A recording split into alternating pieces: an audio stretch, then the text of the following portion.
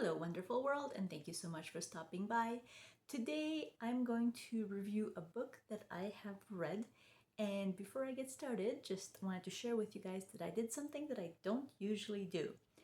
I wasn't sure what I was going to read. I wasn't really in the mood for anything that I had. So I went on to YouTube and I searched up what people were reading. And this book kept popping up. So I thought I'd read it. And the book that I read right here, Susanna Clarke, PIRANESI. Did I like it? Not really, you guys. So I was debating whether I want to do this review or not, and finally I decided that, you know what, you guys come here to get, my true opinion about books and to figure out what's good, what's not. Again, this is just my opinion. So here we go. This book is mostly based on two characters. Well, one is the main character, Piranesi, which you can guess, and he lives in this house. They call it a house. It's not. It's this massive structure that we never ever throughout the entire book come to an end of, nor do we technically come to the beginning of it.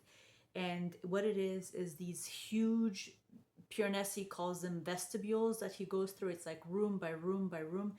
Every room is just huge and massive, has all of these beautiful, wonderful statues, and every single room has different type of statues, okay? So he, throughout his time there, or his whole life there, I should say, he spends writing descriptions of these statues and discovering this world that he's in.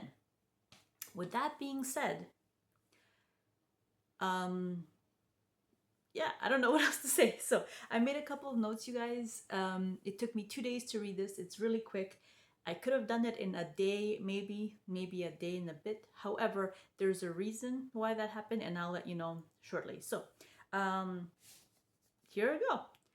In this book, this Piranesi person thinks that him and this one other person that he sees are the only people alive, okay? And he knows of 15 dead people. In his world or in his mind, he thinks that these are the only people that have ever existed since the beginning of time. Yes. Okay. So that's that.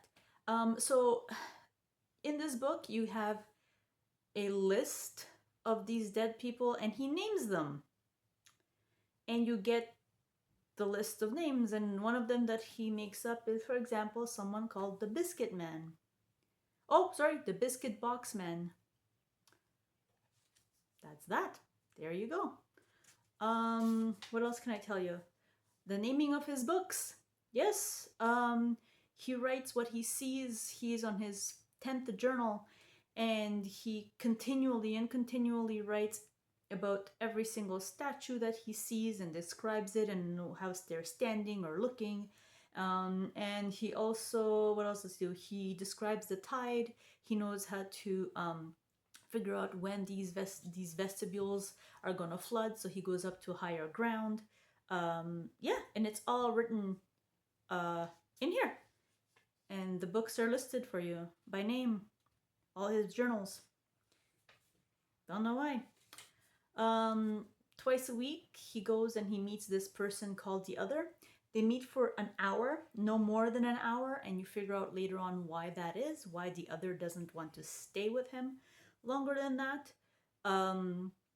They meet, like I said, every Tuesday and Friday for that hour, and the Other is sort of, there's a question that he poses to Piranesi, and that is, what do you remember?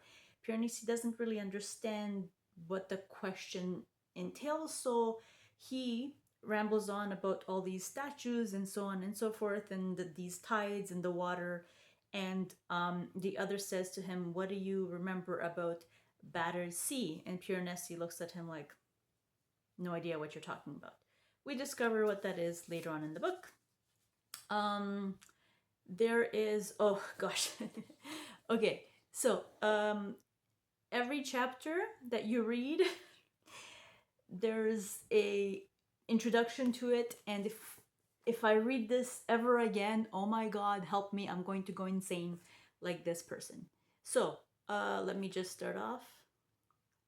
And now that I'm okay, so it says, entry for the 31st day of the 5th month in the year the albatross came to the southwestern hall. Then we move on. Next chapter.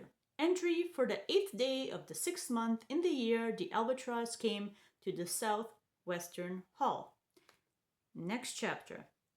Entry for the 10th day of the 6th month in the year the albatross came to the southwestern hall.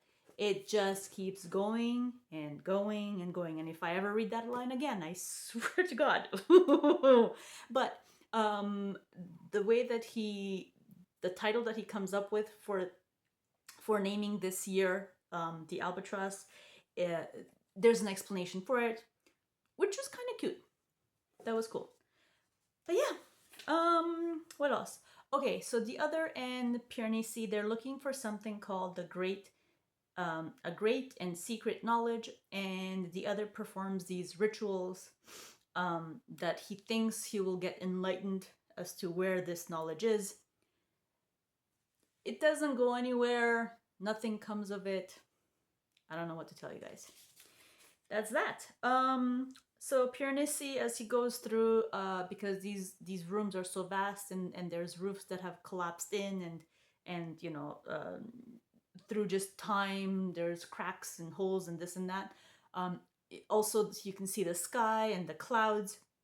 Anyways, birds show up, and he thinks that the birds are giving him messages. He pays attention to where the birds land and which statue, and he thinks that he can come up with what they're telling him. I don't know. And then, so the reason it took me 2 days to read this is because by the time I reached page 44, I fell asleep. What can I say? All right, moving on to the next day.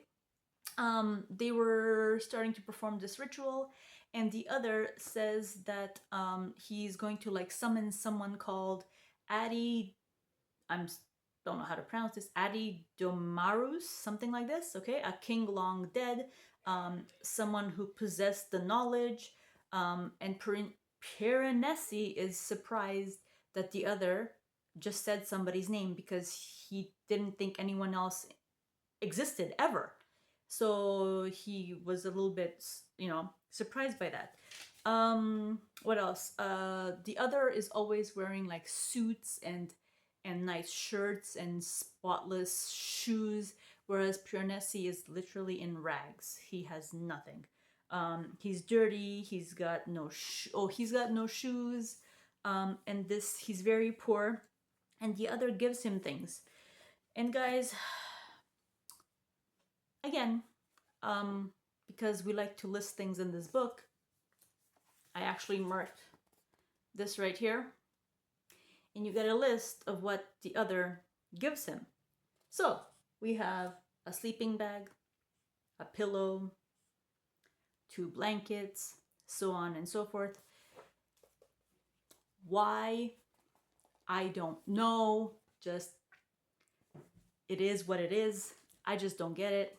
So that's that. And then eventually the other sends him on this journey where he takes a long walk to figure out what star is in front of this temple. He wants to know because he can perform some ritual there or something. I don't know. Anyways, so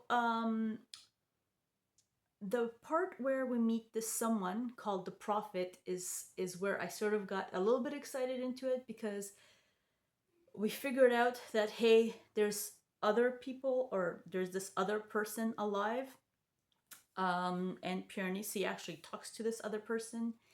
That kind of got exciting. We got to find things out. He finds out, like, he starts his journey and he finds out there's writing on the wall. He figures out that there's somebody else there. On page 68, we reveal some things about PIRANESI that he didn't know about or wasn't aware of, and that is that he forgets a lot of things. Okay, um, he just, yeah, he gets lost. He doesn't remember. Like, if you asked him who his parents were, he couldn't tell you. Where he came from, he couldn't tell you. None of it he could actually tell you. Going on towards that, he at one point in time thinks he hears voices, and he, you know, he thinks that somewhere down the first vestibule there's something there, but he never actually goes to investigate, which actually kills me. And it sort of makes me feel kind of like, at that point, I think around page 79, I felt like I was reading The Truman Show, that someone was watching what he was doing. What else? So when we're introduced to the prophet, so the prophet hints that there's much more people that exist. He says that the other was his student, that there's someone named 16 who's looking for him. He gives a whole bunch of names of other people, and he also says that he can't stay there for very long, because if you stay in this place, the house, that gives you amnesia, total mental collapse, and he says that it has happened to others. So you're like, oh, okay, is it gonna get more interesting? Up to you guys. All right. So we find out the other's name. We find out what Piranesi's name is. We find out that Piranesi forgot a lot of things, and then we go back to this inventory list. We find out that his journal, that he's wrote 10 books, or 10 journals, I should say. We find out that it's actually not 10, that he has 20 books that he's missing.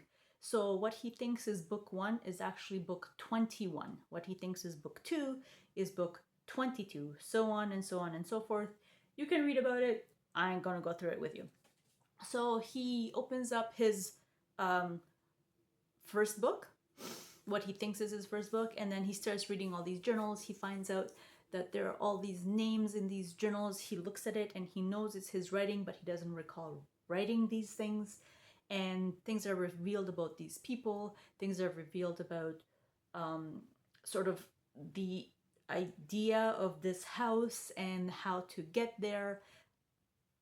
I won't go very much into it other than that. Just my biggest issue with this is Piranesi knows it's not his real name, but he won't push and ask the other what is his real name. He knows that there's something else going on. He knows that there are other people around, but it's almost like he just doesn't want to discover it. I don't know, guys. It just,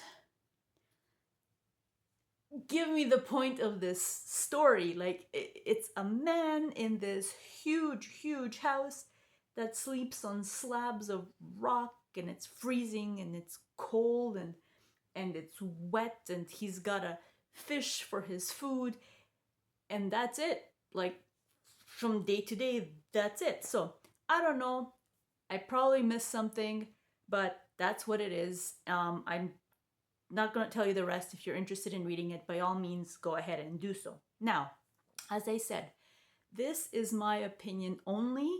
Okay, I understand that there's tons of opinions, and that's what we're here for. We're here to discuss the things we like and the things that we don't like. Guys, I really mean this. Go out and get it if you're interested. It's worth just reading so that you guys know what it's about, okay? If any of you would like this book, I will send it to you, okay? I will pay for the postage. You guys don't have to worry about anything. My email is silverfox@gmail.com. If you guys give me your name and your address, I will send this book to you. It cost me $23 Canadian. I'll send it to you guys, okay? That's it for me. Happy reading, and like I said, this is just my opinion.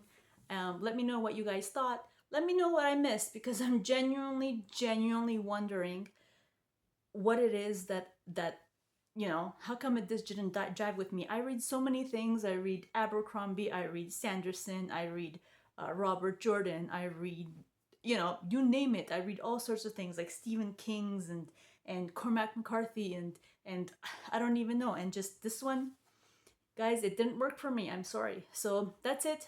This video is once again way too long. I will end it there.